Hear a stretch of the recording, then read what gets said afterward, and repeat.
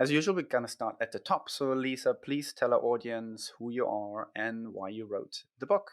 Yeah, so I'm Lisa Gill. I am an organizational self management coach and a leadership trainer, and also an author and a podcast host. And I wrote the book Moose Heads on Table with my co author, Karen Tenelius.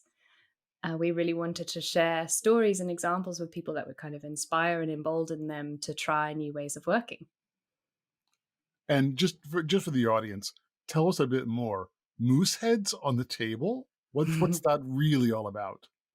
Yeah, well, I have to confess that I partly thought it would just be it would stand out amongst all the other business books, right, in terms of a title. And I also knew that I wanted to ask my friend to do a kind of striking illustration. But Mooseheads is also a concept that so many people that we work with really resonate with when we introduce it. So to explain it, Moosehead is the easiest way to think about it is the elephant in the room. Okay. And what Karen says is that in Sweden at the time, when she was experimenting with this process and this approach, they didn't really have that phrase. And moose are quite famous in Sweden, the elk.